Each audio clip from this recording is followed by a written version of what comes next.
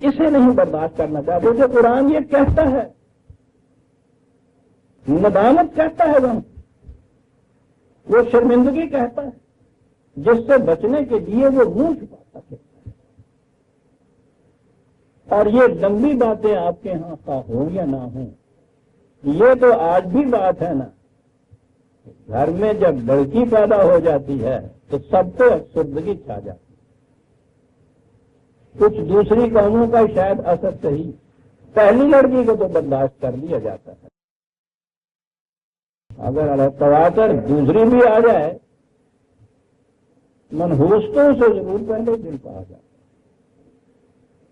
اور اگر یہ سلسلہ 2-3 تک ہو جائے تو وہ جس کے ہاں یہ لڑکیاں پیدا ہو رہی ہیں اس کو اپنا مستقبل خطرے میں پیدا ہو جاتا ہے، اور طلاقیں ملتی ہیں اس چیز کے اوپر، دوسری شادیاں ہوتی ہیں اس معاملے پہ جس میں اس بیچاری کا کوئی دخل نہیں۔ لڑکا اگر پیدا ہوا ہے تو وہ بھی تمہاری کوئی کاریگری نہیں جو اس فخر سے آج کہہ رہے ہوتا لڑکا پیدا ہوا۔ قرآن نے اس مسئلے کو حل کیا، وہ کیا کہتے ہو، یہ تو قانون فطرت ہے ہمارا، اس کے لیے لڑکا پیدا ہوا یا لڑکی پیدا ہو گئی، نات ہوا یا بچہ ہوا، یہ بھی قانون فطرت ہے کہ اولاد ہوتی نہیں، یہ بھی ہوتا ہے کہ مشترکہ طور پر یہ چیزیں ہوتی ہیں۔ اس نے کہا ہے کہ یہ چیز نہ تو کوئی باعث فخر اور سرفرازی ہے کہ یہ بیٹا پیدا ہو گیا، نہ یہ چیز کوئی وجہ ندامت ہے کہ لڑکی پیدا ہو گئی۔ قانون فطرت کی یہ چیزیں ہیں، اس بیچاری کا کیا قصور؟ اور جو دوسرے لیے چلے آ رہے ہو اس نے پہلے سے کہیں سے آپ کو ضمانت نامہ یا گارنٹی دے رکھا کہ بیٹا ہی پیدا ہو، لیکن یہ چیز ہے آپ کے بعد میں یہ کہہ رہا تھا کہ خشیت املاک سے اولاد کو نہیں قتل کیا جاتا۔ ایک ہی مثال ہے اولاد کے قتل کرنے کی، وہ جو قرآن نے یہ بتایا ہے کہ زندہ دردور اسے کر دیا۔ کس حسین انداز میں قرآن اس جرم کے متعلق بات کرتا ہے، بڑا جتنا جرم سنگین ہے نا اسی کے مطابق وہ کہتا ہے۔ وہ کہتا یہ ہے کہ سوچو اس منظر کو کہ جب اس بچی جسے تم نے اپنے ہاتھوں سے زندہ دردور کر دیا تھا، یعنی انداز یہ ہے کہ پوچھا عام طور پہ اس قاتل سے جاتا ہے، مجرم سے جاتا ہے کہ تم نے ایسا کیوں کیا۔ انداز یہ ہے وہاں کے قرآن کہتا ہے کہ ہم اس معصوم سے پوچھیں گے کہ بیٹی یہ بتاؤ کہ تم نے کیا جرم کیا تھا جو اس نے تمہیں قتل کر دیا۔ وَإِذَا الْبَعُوضَ سُئِلَتْ بِأَيِّ ذَنبٍ قُتِلَتْ۔ اسی عربی بھی جانتے ہو نا، اس کنسٹرکشن کو دیکھنا، جب اس سے یہ پوچھا جائے گا بیٹی بِأَيِّ ذَنبٍ قُتِلَتْ، تم نے کیا جرم کیا تھا کہ تمہیں قتل کر دیا گیا۔ ہم کہتے ہیں کہ عزیزان من، یہ جاہلیت عرب کے زمانے کی باتیں جنہیں قرآن دوہرا رہا ہے۔ عزیزان من، ہم ہر روز، وہ تو 2, 4, 6 مہینے یا دنوں کی بچیوں کو زندہ دردور کرتے تھے، ہم اپنے ہاتھوں سے جوان بیٹیوں کو زندہ دردور کرتے تھے۔ معلوم ہوتا ہے کہ وہ گھر کیسا ہے، وہ خامن کیسا ہے، وہ لڑکا کیسا ہے، آوارہ، بدماش، بد اخلاق، حیاسوس، گھر کا پتہ ہے کہ کس قسم کے رہتے ہو، سارا دھکیلی چلی جا رہی ہے وہ بچی۔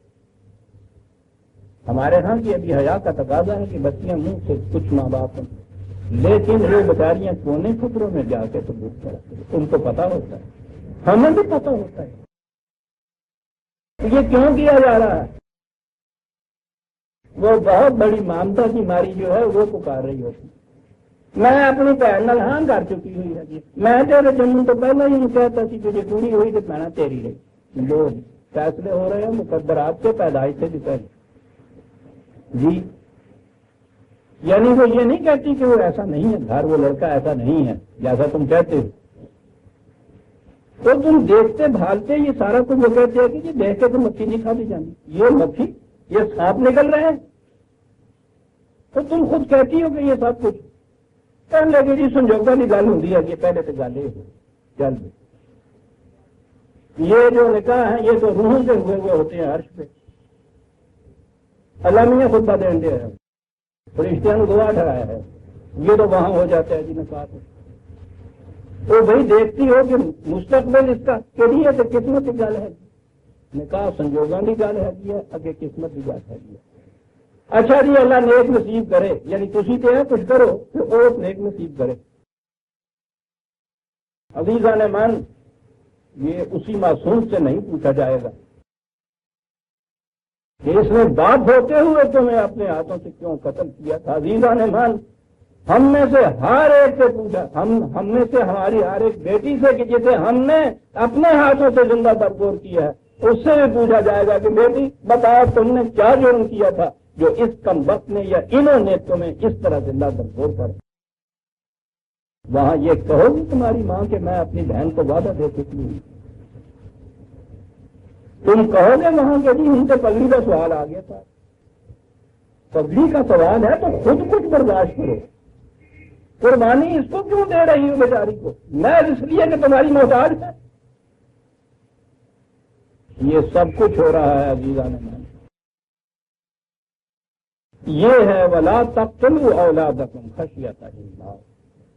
یہ قتل کرنے کا لفظ جو ہے عربی زبان کے اندر یہ سچ مچ گلا کاٹ دینے کے لیے ہی نہیں بولا جاتا, کسی کو ذلیل و خوار کرنے کے لیے بھی یہ بولا جاتا, کسی کو جاہل اور نا تربیت یافتہ رکھنے کے لیے بھی یہ بولا جاتا. وہ جو قرآن کے متعلق ہے نا کہ وہ بنی اسرائیل کے ابناء کو کہیں وہ قتل کرتا تھا اور کہیں ذبح کا لفظ آتا ہے, وہ یہ نہیں تھا کہ وہ ان کو تحقیق کر دیتا تھا, ذبح کر دیتا تھا. وہاں ہے ہی یہ چیز کہ وہ انہیں ذلیل کرتا تھا, انہیں جاہل اور نا تربیت یافتہ رکھتا تھا. ہر مستبد حاکم قوم جس طرح محکوم قوم کے ساتھ کرتی ہے, وہاں یہ لفظ یوں آیا ہے. ابنا کے معنی میں چھوٹے چھوٹے بچے نہیں ہیں. ابنائے قوم تو ہم آج بھی بولتے ہیں, قوم کے سر بر آوردہ لوگ. وہ معقول قوم کے لوگوں میں دیکھتا تھا کہ اگر کسی میں بھی جوہر ایسا ہے جو سارے اٹھا کے چلنا چاہتا ہے, اس کے متعلق یہ تھا کہ ذلیل کر. قرآن میں ہے کہ وہ پارٹیاں بناتا تھا, کبھی اس کو کمزور کر دیتا تھا, کبھی اس کو کمزور کر دیتا تھا. یہ مکیاولی سیاست میں آج بھی ایسا ہی ہوتا ہے. میں کہہ یہ رہا تھا کہ قتل کے لفظ کے معنی سچ مچ ذبح کر دینا نہیں, یہاں بھی یہ معنی نہیں ہے, کیونکہ کوئی بھی اولاد کو مفلسی کے ڈر سے قتل نہیں کرتا. اب اولاد کے متعلق جو تعلیم دینی تھی وہ یہ تعلیم تھی, یہ چیز مفلسی کے ڈر سے پیسہ بچاؤں کی خاطر, یعنی اگر ہے نہیں کسی کے پاس اور تعلیم کا انتظام نہیں ہے وہ تو مجبوری ہے, لیکن محض اس لیے اولاد کو صحیح تعلیم اور تربیت سے محروم رکھ کے ان کو جمع کر دینا کہ پیسہ خرچ ہوتا ہے, کہا ایسا نہ کرو. تو ایسا نہ کرو کہنے والے تو سارے ہوتے ہیں, ہر ایک دوسرے کو یہ تلقین کرتا, ہمارے ہاں بھی کرتا. تو منڈے نے اسکول ضرور بھیجا کرے, میاں صاحب کیا کرے, تو اس میں پیسے بھی ہوتے جو کچھ کیا جائے تو وہ اللہ مالک ہے, انہیں ضرور اسکول بھیجا کر. یہاں بھی یہی بات ہوتی تھی کہ بہت اچھا آپ نے یہ کہہ دیا کہ مفلسی کے ڈر سے یہ نہ کرو کہ اولاد کو تعلیم و تربیت سے محروم رکھو, تو ہمارے پاس تو ہوتا نہیں, محنت کرتے ہیں, محنت کے باوجود نہیں ہوتا, تو کیا کیا جائے. یہاں بھی اگر جو جس نے آپ کو یہ تلقین کی تھی, یہ بات کہا تھا کہ بچے کو اسکول بھیجو اور تم کہو کہ یہ سب ہے نہیں, تو وہ اگر یہ کہہ دے کہ کوئی بات نہیں, اس کی تعلیم کا خرچ میں برداشت کر لوں گا, بھیج دو, پھر تو یہ انکار نہیں کرے گا. تو یہ بڑی بات ہے نا. دوسرا یہ کہ یہاں کہا کہ افلاس کے ڈر سے اولاد کو تعلیم و تربیت سے معروم نہ رکھو, کیونکہ پھر کیا کریں, ہے نہیں, تھوڑا ہے. نہنے نازو کو ہوں گا یا کون, ہم ذمہ دار ہیں ان کی روٹی کے لیے, اور تمہارے پاس کم رہ جائے گا نا تمہاری روٹی کے. اسی دیکھا یہ وہ آنے والے دور کا نظام ہے. اس عبوری دور کے اندر تو قرآن کریم نے جن کے پاس فاضلہ دولت تھی تو انہوں نے ان سے یہ کہہ دیا کہ تم زیادہ ضرورت نہیں رکھ سکتے. فی اندازہم حق معلوم للسائل والمحروم.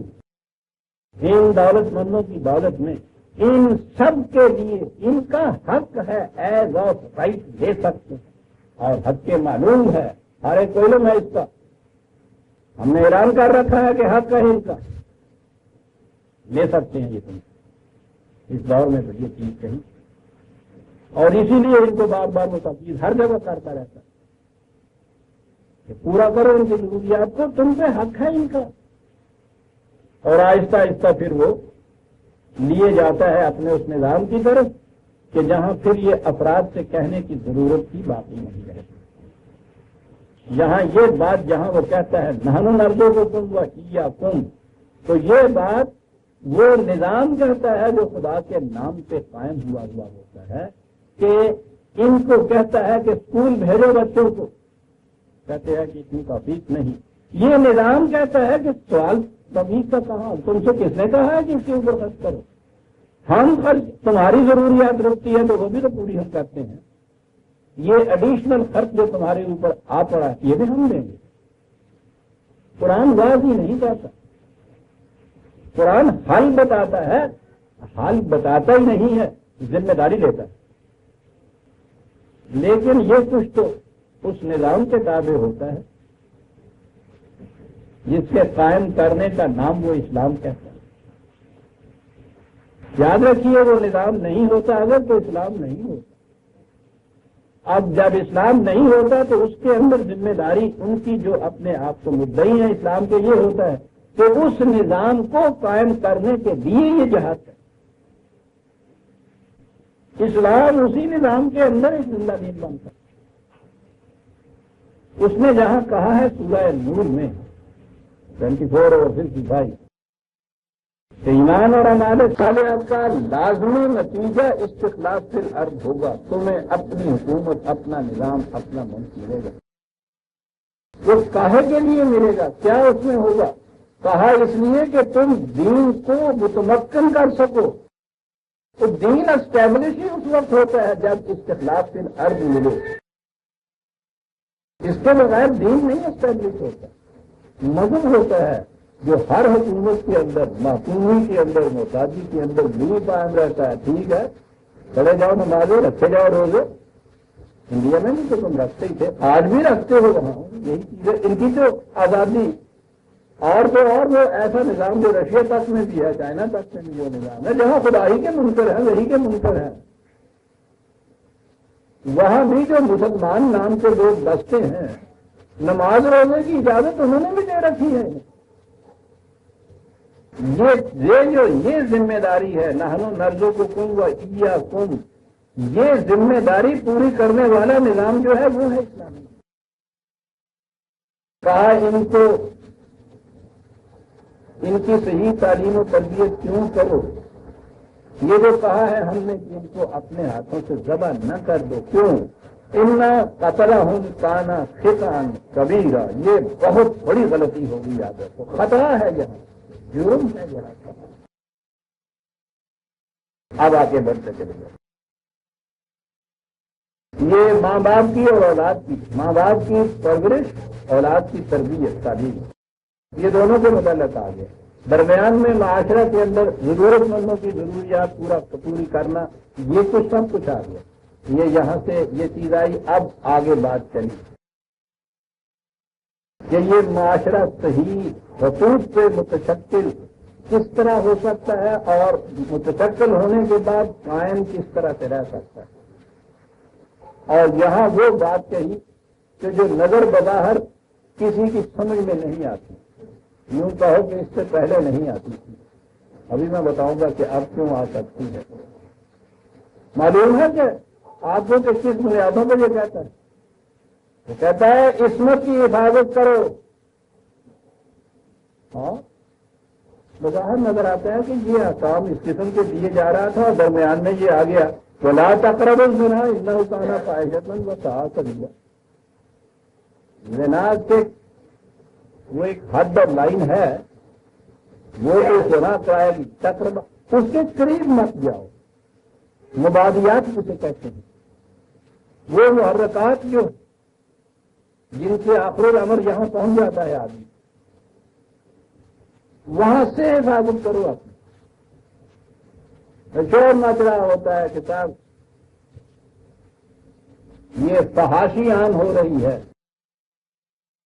ضمن بات یاد آ گئی. میں بہت کم دیکھتا ہوں ٹیلی ویژن. رات وہاں دیکھا تو بچوں نے بتایا وہاں تھا آداب خدا گاہی.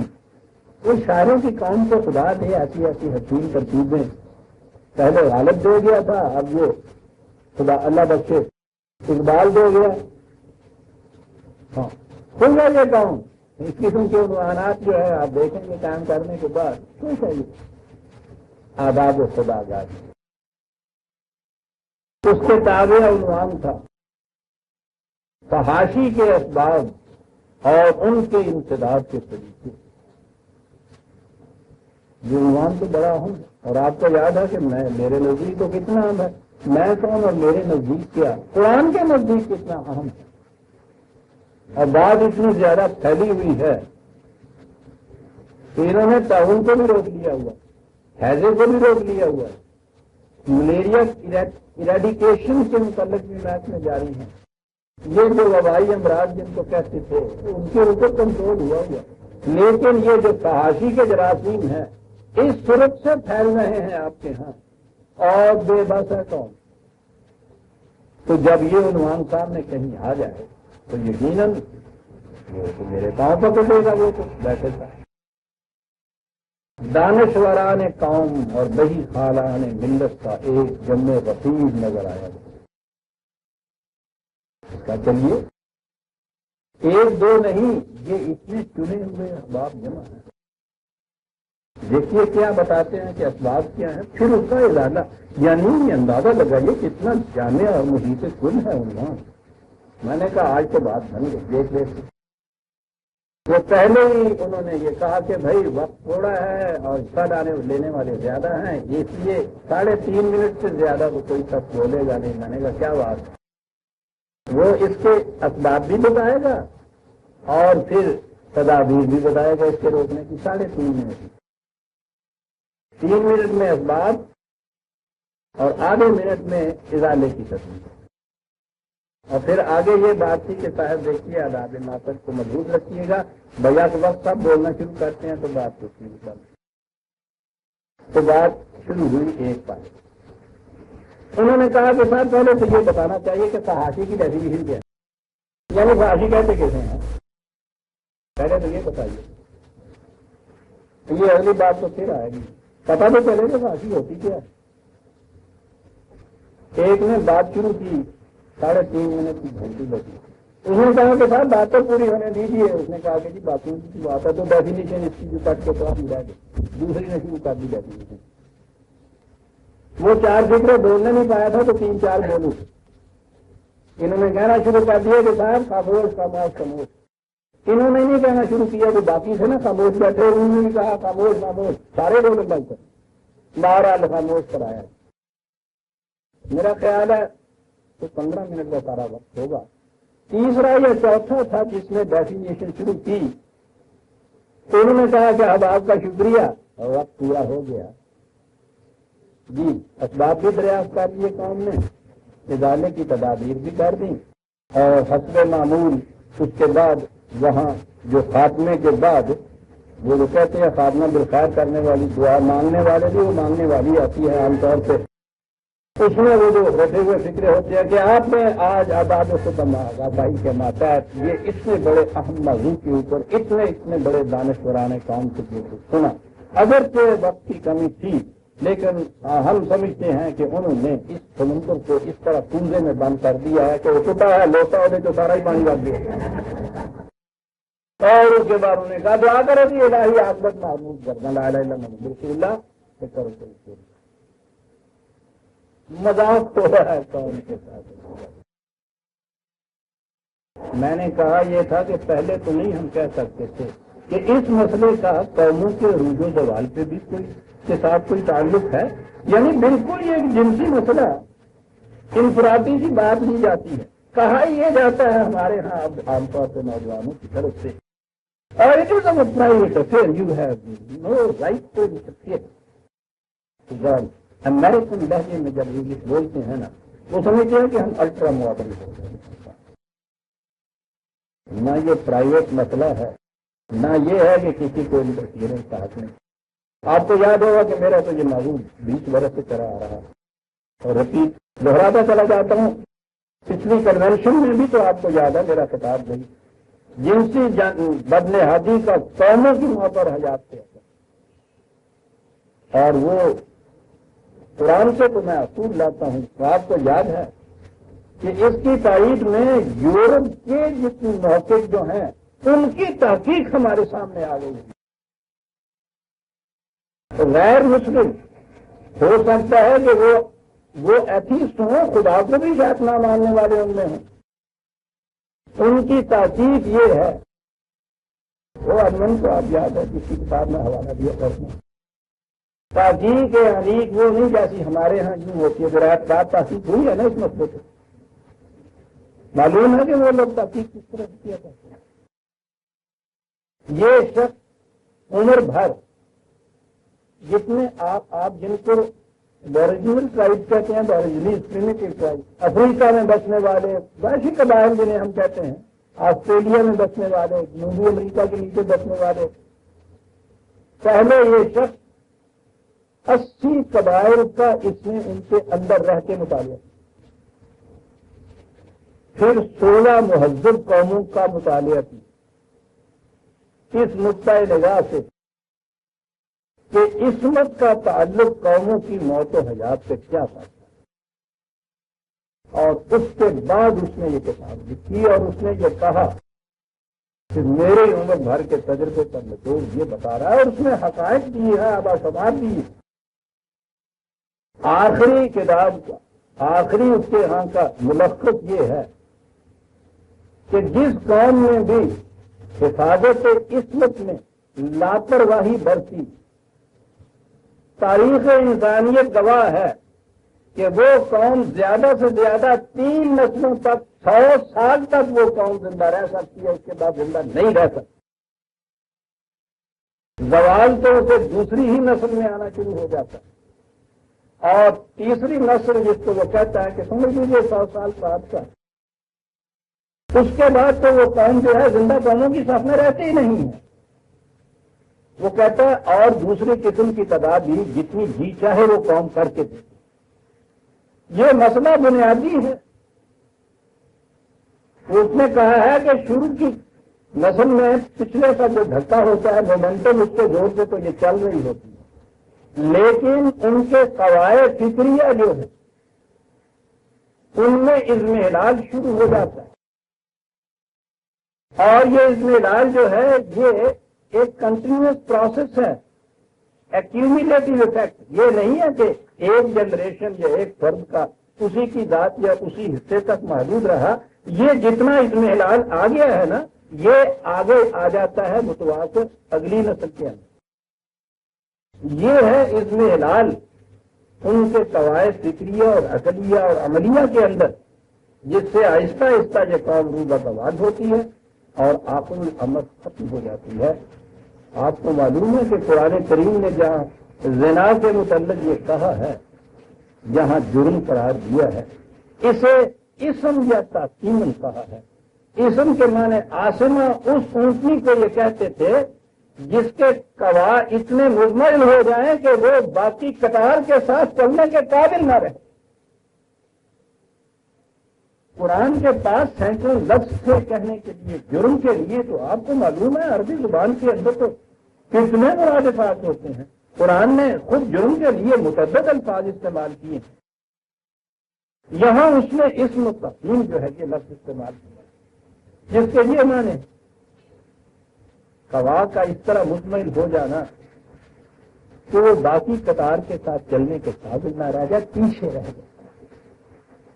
1400 سال کے بعد ایک محقق اٹھتا ہے غیر مسلم، اور وہ اس تحقیق پہ پہنچتا ہے کہ عصمت کی حفاظت کی طرف سے غیر محتاط ہو جانے والی قوم کے قواعد عملیہ اس طرح سے مطمئن ہونے شروع ہو جاتے ہیں. ترجمہ ہے قرآن کا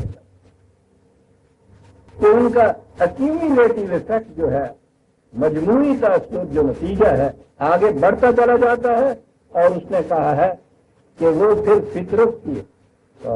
فطرت کی تعزیریں جو ہیں وہ 100 سال کا زیادہ سے زیادہ عرصے کی مہلت اسے دیتی ہیں، اس سے زیادہ کی وہ مہلت نہیں دیتی.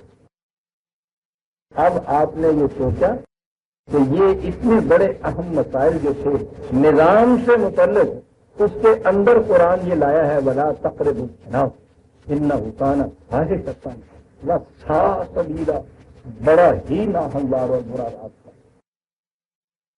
اور فاحشۃً کے تو پھر آگے جہاں یہ فحش اور فحشات دو الگ لفظ ہیں، مادہ ایک ہی ہے ان کے ہیں.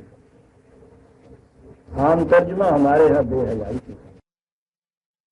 غور کیجئے کہ یہ عربوں کی قوم، میں تو اس قوم کی بلانگیزی کے اوپر میں تو حیران رہتا جاتا ہوں. جو میں نے یہ طلوعات لکھنے کے زمانے میں جب تحقیق میں نے کی، ان کے الفاظ کی جب کوئی استعمال کرتے تھے، حیرت میں گم ہو جاتا تھا. فحش کا نتیجہ ہے کہ قواعد اقتصادی جتنے ہیں کمزور ہوتے چلے جاتے ہیں، تاثیر پیدا ہو جاتی ہے.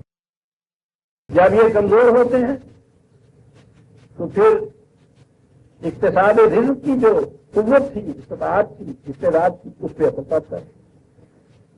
رزق کی کمی واقع ہوتی ہے تو یہاں سے انسان کے اندر بخل کا ایک جذبہ پیدا ہوتا ہے، پھر وہ بخیل ہونا چاہیے. یہ قوم یہ ابتدائی چیز کے جس کو بے حیائی کہتے ہیں جنسی، اسے تو فحش کہتی تھی، اور اس کا یہ لازمی نتیجہ جسے بخل کہتے ہیں اسے فحشا کہتی. وہ جو ہے نا کہ شیطان تمہیں وہ فحشا کا حکم دیتا ہے. جب یہ جنسی جذبات کو تم بے باک کر دو، ہو گیا شیطان کا مفہوم، صحیح مفہوم. تو آخر الامر یاد رکھو، اس سے فحشا کی چیز پیدا ہو جائے گی. یہ جو آپ کے ہاں اقتصادی مسائل معاشی آ رہے تھے، اس کے اندر وہ زنا کو لایا ہے. کتنا گہرا تعلق ہے ان چیزوں کے ساتھ. یہ ہے ربط مانوی اس کے اندر، اس کے قریب بھی نہ جائے. یہ ایسی چیز ہے کہ اس پتھر کو پہاڑ کی چوٹی کے اوپر چھانے رکھو، وہاں سے ذرا بے احتیاطی برف لڑکنا شروع ہوا تو یہ اپنے مومنٹم دورے ضرور سے تیزی سے نیچے آنا شروع ہو جائے گا، پھر راستے میں روک نہیں سکے. اسی لیے اس معاملے میں قرآن وہ محاورہ جو ہمارا ہے، چور کی بجائے چور کی ماں کو معاف کرتا ہے، وہ مبادیات زنا جو ہیں، جو محرکات اس تک لے جانے کا سبب بنتے ہیں، وہ وہی سے روکنا شروع کر دیتا ہے. بہت وسیع موضوع ہوگا، آئے گا جب قرآن دیجیے گا.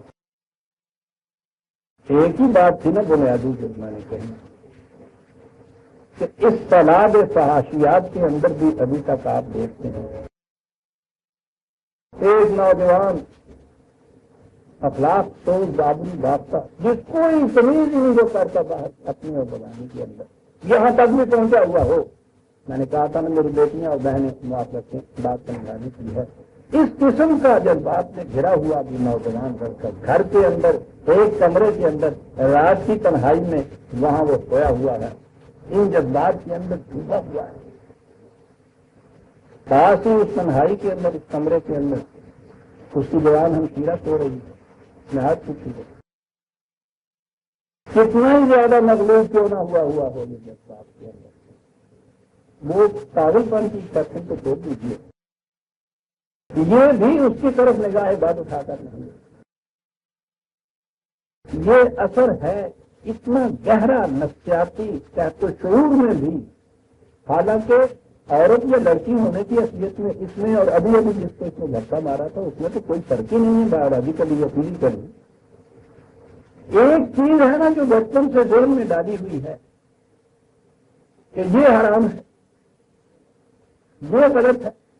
جس معنی میں بھی قوموں نے کہا ہو، اپنے ہاں تو چھوڑ دیجیے کہ معلومات کی فہرست میں آتی ہے. یورپ کی اقوام کے اندر بھی ابھی تک یہ چیز ہے بیٹیاں اور بہنیں اور مائیں جو ہے نا ذہن میں ڈالی ہوئی ایک چیز، اس ایک چیز کا جس نے ذرا عقیدے کی شکل اختیار کر رکھی ہے، یہ اس قدر جاگیر ہوتی ہے، جڑ پکڑ لیتی ہے انسان کے اندر کہ ان جذبات میں اتنا زیادہ مغلوب ہوا نوجوان بھی اس کو بھی وہ تھام کے رکھ لیتی ہے، پکڑ کے رکھتی ہے، ہاتھ آگے نہیں کرتا، ہاتھ تو ایک طرف سے نگاہ اٹھا کے نہیں دیکھتا، خیال تک نہیں آتا۔ قرآن کیسے روکتا، کبھی غور نہیں کیا کسی نے۔ اس نے جب کہا ہے کہ تمام مومن بھائی ہیں تو تمام مومن عورتیں بہنیں ہیں،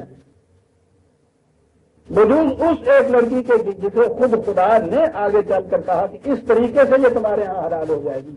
قرآن کی روح سے تمام معاشرے کی لڑکیاں، تمام معاشرے کی بیٹیاں جتنی بھی ہیں وہ اس شخص کی بہنیں ہو جاتی ہیں، ایمان کی روح سے جو قرآن نے کہا انما المؤمنون اخوۃ، بھائی بھائی مومن مرد ہی نہیں ہوتے،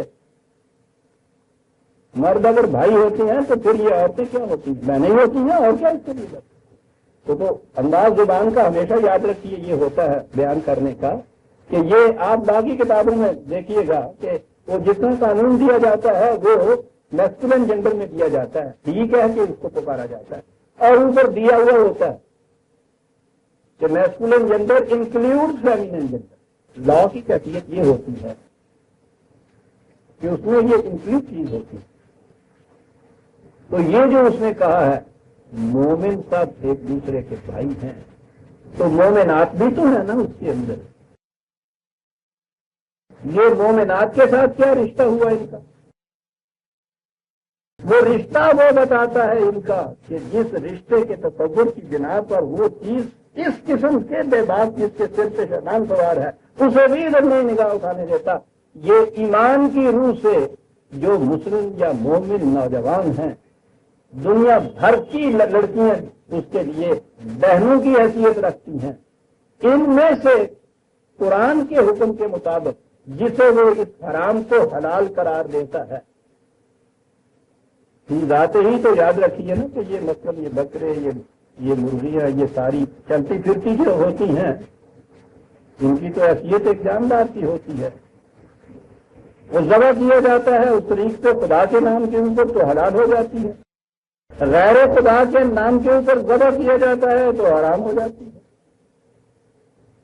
ان لڑکیوں میں سے یہ جو اس سے پیش کر سب اس کے نزدیک بہنیں ہیں، ان میں سے جس کے متعلق وہ اجازت دیتا ہے کہ حلال کے معنی ہوتے ہیں رسی کھول دینا کہ لوگ یہ ایک لڑکی جو ہے تمہاری اس زمرے میں سے وہ اس کا رسی کھول دی، ہم نے وہاں سے کھول دی، عقد کے معنی ہوتی ہے گرا باندھ دی، وہاں سے باندھ، اب تم باندھ تو دونوں آپس میں ایک گرا، ہم نے ادھر سے جو پہلے گرا دے رہی تھی وہ ہم نے جوڑ دی، نکاح کے لیے عقد اس نے کہا یہ ہے کہ اب تم گرا باندھ رکھیے، جس نے گرا باندھی یہ ہو گئی خدا کی طرف سے حلال کردہ ایک لڑکی جسے بیوی کہا، اور اس کے علاوہ جو باقی رہ گئی پھر وہ بہنیں اور تاکیدات تو الگ رہی عزیزان من، اس بنیادی حقیقت کو تو دیکھیں۔ یہاں تو اس ایمان کے بعد نگاہ بد اٹھا کے دیکھ نہیں سکتا دوسرے کی طرف انسان۔ بہرحال تفصیل آگے چل کے آتی جائے گی قرآن نے عصمت کی حفاظت سے بڑا زور دیا ہے، نہ یہ انفرادی اور نجی معاملہ ہے اور نہ ہی یہ ہے کہ کسی کو اس میں حق حاصل نہیں ہے دخل دینے کا، اس کا تو گہرا تعلق فرد کے ساتھ بھی ہے، وہ بھی میں بتاؤں گا کہ یہ جو علماء نفسیات ہیں وہاں تو سب کے اوپر بہت تجربے ہیں، انفرادی طور پر وہ کس نتیجے میں پہنچے ہیں کہ کس قدر سائیکولوجیکل کمپلیکسز پیدا ہوتی ہیں اگر اس کی طرف سے بے باک ہو جائے انسان، اور اجتماعی طور پہ تو میں نے عرض کیا ہے کہ وہ اس نتیجے پہ پہنچے ہیں کہ یہ قومیں زیادہ سے زیادہ 100 سال تک وہ کہتا ہے فطرت ان کو زندگی دیتی ہے، اس سے زیادہ مہلت نہیں دیتی، اور اس کے بعد پھر اس نے یہ کہا حفاظت عصمت پہلے آئی اور پھر حفاظت جان کا سوال ولا تقتلوا النفس التي حرم اللہ الا بالحق۔ تب ترجمہ تو وہ ہے کہ کوئی ہر وہ جان کے جسے خدا نے جس کا قتل کرنا خدا نے حرام قرار دیا ہے اسے قتل نہ کرو. یہاں قتل کے معنی ہے ڈیتھ سینٹنس، مار دینا، قتل کر دینا جس کو ہم کہتے ہیں. لیکن یہ حکم ایسا نہیں دیا کہ آپ کسی کو قتل نہ کرو. اہنسا کا سوال نہیں ہے. الا بالحق، وجود اس کے کہ حق کا یہ تقاضا ہو جائے کہ کسی کی جان تلف کر دے. یہ ہے اس کی اجازت. اب یہ جو حرم اللہ ہے اس کے معنی تو یہ ہوئے کہ جس کا قتل کرنا حرام ہے، لیکن نہیں، قتل نہیں، صرف لفظ حرم اللہ بھی ہو تو اس کے معنی جسے واجب التحریم قرار دیا ہے. حرمت کا لفظ تو یہیں سے ہے، احترام یہیں سے ہے. یہ مسجد الحرام کہتے ہیں نا کعبے کو. یہ بھی کبھی آگے چل کے بتاؤں گا کہ یہ جسے ہم حرام کہتے ہیں یا قرآن نے جن چیزوں کو حرام قرار دیا ہے اس لفظ کا تعلق اس باتیں ہے میم سے کیا ہے. احترام بھی وہیں سے اور حرام بھی وہیں سے. حرام اللہ کے معنی یہ انسانی جان کو اس نے واجب احترام قرار دیا ہے. جسے واجب احترام قرار دیا ہے پہلے تو یہ کہا کہ اسے ذلیل مت کرو، اور پھر یہ بات کہی کہ اس کو ضائع مت کرو. قرآن کریم نے بنی اسرائیل کے سلسلے میں جو حکم دیا تھا، انسانی جان کی قیمت ان الفاظ میں اس نے بیان کی ہے. من اجل ذالک 532 كتبنا علی بنی اسرائیل انہ من قتل نفسا بغیر نفس او فساد فی الارض. اب یہ جو کہا تھا نا کہ الا بالحق، وجود اس کے کہ حق کا تقاضا یہ ہو کہ تم جان دو، تو وہ یہاں آ گیا ہے. کسی نے کسی کو عمدن قتل کیا ہو، عمدن یاد رکھیے گا قرآن کا یہ لفظ ہے، بالارادہ قتل. سہون یہ ہو گیا ہو تو قرآن نے اس کے لیے جس کو خون بہا یا دیت کہتے ہیں نا وہ مقرر کی. اور قتل بالارادہ جو ہے، عمدن قتل جو ہے، اس کی سزا موت ہے قرآن کی. یہ وہاں چل کے بیان کروں. الا بغیر نفس اور فساد فی الارض، اس نے کسی کو مار دیا ہو یا فساد فی الارض ہے. یہ اتنا بڑا جرم ہے. فساد کے معنی میں آگے چل کے بیان کروں گا. ہمارے ہاں تو صرف لڑائی جھگڑے کو کہتے ہیں نا، بڑا وسیع معنی لفظ ہے. بہرحال اسلامی نظام جن جرموں کی سزا موت مقرر کرے پرانے احکام کی روح سے، ان کی روح سے کسی مجرم کی کو سزائے موت دینا، یہ ہو جائے گا بالحق. تو کہا کہ اس کے بغیر اگر کسی شخص نے کسی ایک جان کو بھی ضائع کر دیا تو یاد رکھو فَكَأَنَّمَا قَتَلَ النَّاسَ جَمِيعًا، یوں سمجھو کہ اس نے پوری نو انسانی کو قتل کر دیا. ایک جان کی قیمت اتنی بڑی ہے. وَمَنْ أَحْيَاهَا فَكَأَنَّمَا أَحْيَا النَّاسَ جَمِيعًا، اور جس نے ایک کو زندگی بخش دی، یاد رکھو ایک کی جان بچا دی، یہ کہہ دیجیے تو سمجھ لیجیے کہ اس نے نو انسان کی جان بچا. یہ اتنی بڑی قابل احترام ہے ایک چیز. بات یوں ہی ضمن یاد آ گئی. میں نے اپنے ایک دوست ڈاکٹر صاحب سے یہ بات کہی، وہ آپریشن لگے تھے کرنے، بڑا سیریس تھا.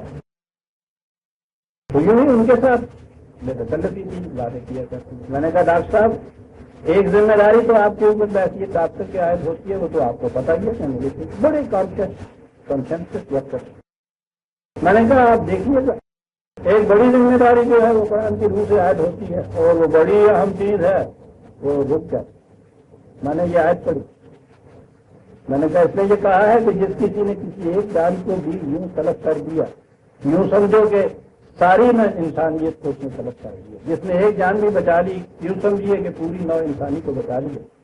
یہ آپ جو کرنے لگے ہیں اگر آپ کی بے احتیاطی سے یہ جو ہے مریض اس کی جان ضائع ہو گئی تو قرآن کی روح سے ساری نو انسانی کے قتل کے جرم کو مجرم قرار پائیں گے، اور اگر آپ نے احتیاط برت کے اس کی جان بچا لی، میزان خداوندی میں اس سے بڑا نیکی کا عمل اور کوئی نہیں ہوگا۔ آپ پوری انسانیت کو زندگی بخشتے ہیں، بڑے قلب سلیم کے انسان، فکر جلیل کے انسان، آپ حیران ہوں گے کہ وہ چاقو ہاتھ میں تھا، اس کو لے کے یوں کھڑے کہنے لگے کہ پرویز صاحب پتہ نہیں کہ آپ نے تو کیا سے کیا کر دیا۔ ایک طرف تو مجھے اس سے ڈر اتنا آنے لگ گیا ہے کہ اسی سے میرے ہاتھ کانپنے لگ گئے، اور اس کانپنے کے بعد جب یہ احساس ہوا کہ اس کی وجہ سے اگر اس کی جان چلی گئی تو وہ کتنا بڑا جرم ہے، مجھ میں اتنی قوت پیدا ہو رہی ہے۔ اس توفیق کی دعا کیجیے میری بے احتیاطی سے ایسا نہ ہو۔ میں نے کہا کہ اطلاق جو ہے ان چیزوں کا یہ تو بڑی دور تک ہوتا ہے کہ جائے کہ یہ چیز ہو جائے کہ پڑوسی ہمسائے کے بچے بھوک سے مر جائیں، اور تمہیں یہ سبق پڑھایا جا رہا ہو کہ رزق خدا کے ہاتھ میں وہ ہوگا، تم ایش اڑاؤ۔ ومن قتل مظلوما فقد جعلنا لوليه سلطانا فلا يسرف في القتل انه كان منصورا۔ غلط معاشرے میں ہوتا کیا ہے؟ کمزور ضعیف ناتواں جن کا جتھا نہیں ہوتا تو طاقتور نہیں ہوتے، عام طور پہ گاؤں کی زندگی کے اندر یہ بڑے بڑے لوگ قتل کر دیتے ہیں، کوئی پوچھتا ہی کوئی نہیں۔ کبھی تحقیق کی نوبت آتی ہے تو معلوم ہوتا ہے کہ ساتھ قتل کر کے بس قتل کانوں کان خبر نہیں ہوتی، جس کا جتھا مضبوط ان کی تو یہ تصویر ہوتی۔ ناحق چڑھائی کر کے دوسرے ملک کے اوپر لاکھوں کا قتل کر دینا یہ تو ایک بات رہی، انفرادی طور پہ یہ ہوتا ہے۔ غریب اور کمزور آدمی اس کی سنوائی کہیں نہیں ہے، وہ روز سے تاریخیں آتی ہیں کہ صاحب وہ تھانے والے وہ ایف آئی آر ہی نہیں لکھتے، پکارتے ہیں کوئی آتا ہی ڈرتے ہیں ان سے۔ کہا کہ یہ چیز ہمارے نظام ہمارے معاشرے میں یہ بات نہیں ہوگی۔ کہا کہ یہ جو قتل کر دیا گیا ہے اس قتل کی سزا دینے کے لیے، اس کا بدلہ لینے کے لیے یہ اس فرد کا کام ہی نہیں ہے، یہ جو باقی اس کے وارث ہیں یہ ان کی بات نہیں ہے۔ جعلنا لولیہ ہی سلطان، ہم نے مقرر کیے ہیں وہ لوگ کہ جو اس کی طرف سے قوت اور غلبہ رکھتے ہیں یہ لیں گے بدلہ، ہمارا نظام بدلا۔ وہ پولیس جو غریب کمزور کی ایف آئی آر نہیں، خدا کی طرف سے یہ جو اس مقتول کے غریب ہیں، وارث ہیں، غریب ہیں، کمزور ہیں، یہ ان کی سلطان یہ کہتی ہے انہو کان منصور۔ لیکن ایک بات کی وارننگ ہم تمہیں دے دیں، یہ بات کے ساتھ سید ہے کوتوال آپ ڈر کاہے کا، ہم نے کہہ دیا ہے کہ یہ تمہاری مدد کے لیے جائیں گے، تو اب اس مدد کے الزام باطل کے اوپر ایسا نہ کرنا کہ قتل تو ایک نے کیا ہے اور 4 کے نام لکھا دو ثابت، یہ تمہیں بھی نہیں کرنا۔ کیا بات ہے قرآن کے احکام کی، تعزیری احکام کیے چلا جاتا ہے، ہم مدد کریں لیکن اس مدد کے یہ معنی نہیں ہوں گے کہ اب تم یہ کرنا شروع کر کہ مجرم ایک ہے اور 4 کو پھانسی کے تختے پہ لگوا دو، یہ بات نہیں۔ یہ قتل نفس یہاں آ گیا، اب آگے پھر حفاظت آتی ہے ان یتیموں کی جو لاوارث رہ جاتے ہیں اس قتل کے بعد۔ یاد رکھیے ایک بات، قانون سوال کے تعزیرات میں یہ میں بتا دوں، ہماری تعزیرات میں، دنیا بھر کی تعزیرات میں آپ کے یہاں چوری ہو جاتی ہے، ٹھیک ہے، اس کے متعلق چیز کرنا شروع کر دیتی ہے، یا آپ کو کوئی شخص کچھ ایسا مارتا ہے، کان ٹوٹ جاتی ہے، اندھا ہو جاتا ہے، چوری ہو جاتی ہے، مال فرض پر برآمد نہیں ہوتا، اسے 6 مہینے کی قید ہو جاتی۔ وہ جو آپ کی چوری ہوئی ہے وہ آپ کا نقصان تو کوئی پورا نہیں ہو رہا، یعنی اس کو تو اس کے جرم کی چاہیے سزا ملی، یہ جو آپ کو سزا ملی تھی اس چور کی چوری کی وجہ سے کہ گھر کا سب کچھ اٹھ گیا تھا وہ تو بحال ہے۔ قرآن کی تعزیرات یہ ہے کہ معاشرے میں جرم کی بنا پر کسی کا کوئی نقصان جو ہوا ہے یہ آپس میں مدعی مدعا ہے ہی نہیں. مدعی تو ہر حال میں یہ نظام ہے، یہ حکومت ہے، وہ جانے اور مدعا جانے. اس حکومت کا فریضہ ہے کہ اس کا نقصان تو پہلے پورا کرے.